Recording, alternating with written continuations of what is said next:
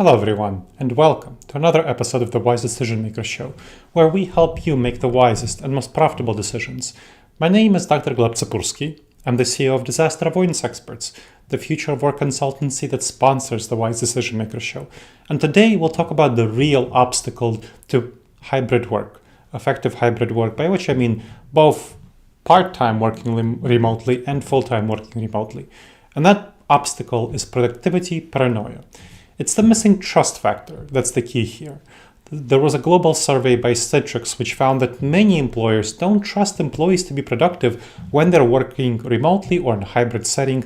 50% of all business leaders believe that employees don't work as hard when they're out of sight, although this belief is not supported by evidence. Now, productivity paranoia comes from another survey done by Microsoft, which found that 87% of leaders lack confidence in the productivity of their employees when employees are working remotely. So this is a really big problem because it's completely not aligned with evidence.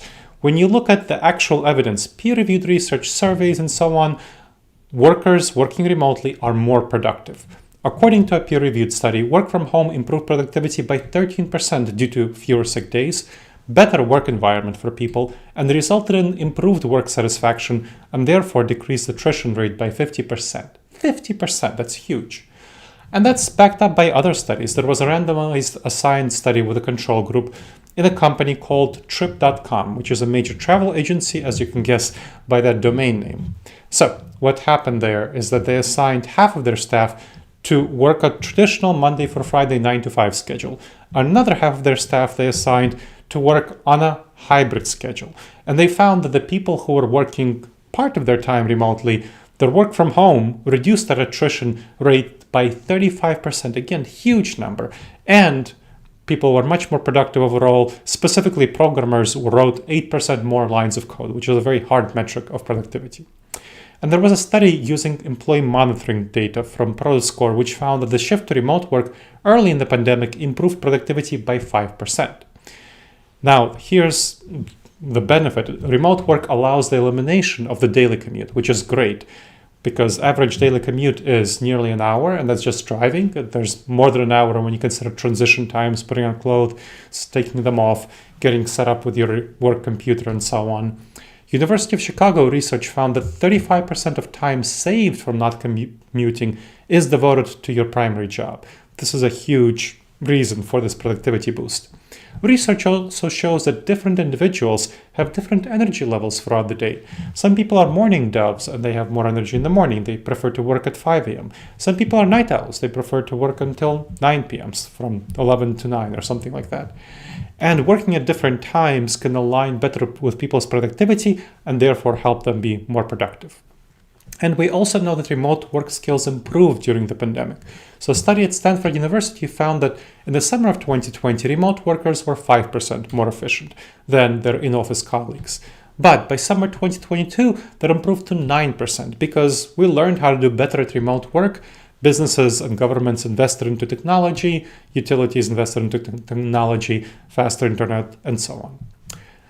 And now we have to think about what employees actually do in the office. So a report by Workfront found that in-office workers spend only 39% of their workday on their primary activities. The remaining time was spent on non-work-related activities like shopping, checking social media, searching for new positions, especially if required to be in the office full-time. So this relates to face time, where employers, bosses, supervisors have a false measure of productivity. Leaders should really focus on data-driven decisions, but they often deny the data. They ignore the facts, they focus on what feels comfortable to them, and they base their evaluation of performance on what they can see, such as the amount of face time their employees put in, which leads to productivity being assessed based on the amount of time an employee is physically in the office rather than the amount of work that the employee actually gets done. And that, of course, undermines the evaluation of remote employees, even if remote employees are more productive. So the MIT Sloan Management Review reports on a study which found that remote work arrangements were undermined by a focus on in-office presentism. even before the pandemic. Remote workers received lower performance evaluations, smaller raises, and less promotions compared to those working in the office for the same amount of productivity, so even if they work just as hard and just as long. That's a huge problem. So the consequence of this false productivity impression will cause traditionalist bosses to lose workers. As we're going through the Great Resignation, whatever names you choose to call it, we have a very high quit rate. The Society for Human Resources survey shows that nearly half of all workers would want to work remotely in their next job, 48%. And the survey shows that workers expect higher salary for non-work from home roles. So with a 30-minute commute, half time in the office, a hybrid job, it would require workers to have 10% higher salary.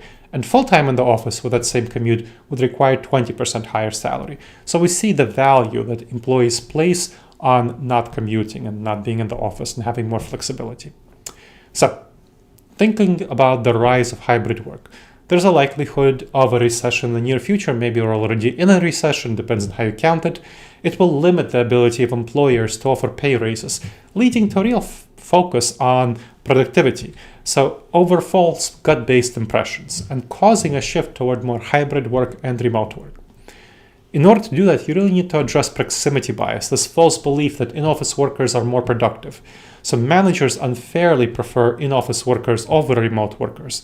And to address this, managers need to retrain themselves to evaluate performance properly, trusting data over gut-based reactions, and having a customized approach to performance evaluations based on what is needed for effective, productive work.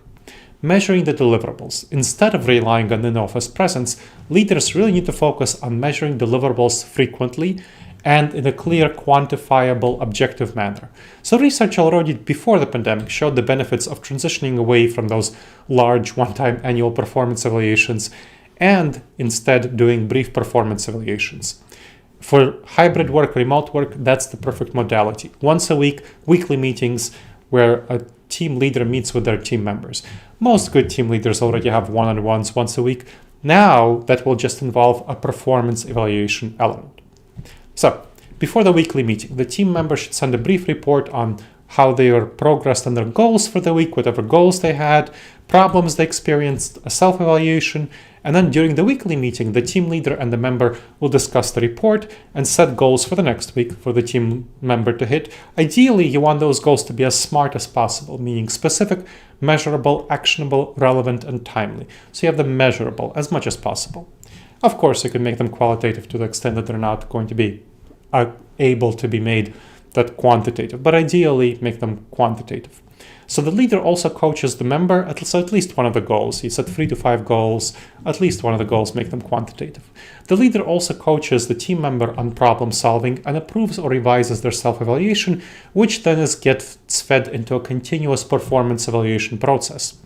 There's a big advantage to this continuous evaluation, performance evaluation, because everyone knows where they stand at any moment. So it helps the leader really know who their best performers are and addresses the problems of proximity bias. It allows team members to know where they are, addresses fears over lack of career mobility due to proximity bias, and increases a sense of trust between leaders and employees, which of course improves retention, because 75% plus of employees leave because of a poor relationship with their boss first and foremost, according to a Gallup survey.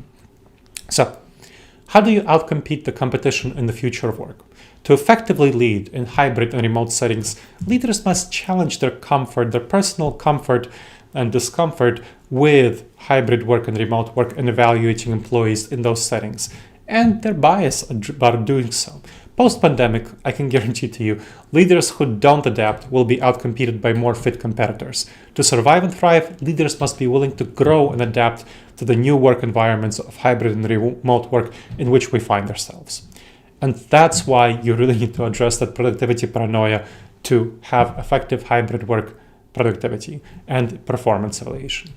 All right, everyone. I hope you've enjoyed this episode of the Wise Decision Maker Show. Please make sure to subscribe to the show wherever you check this out, and please leave a review. It really helps us improve the show, and it helps other people discover the show. I look forward to seeing you in the next episode of the Wise Decision Maker Show. In the meantime, the wisest and most profitable decisions to you, my friends.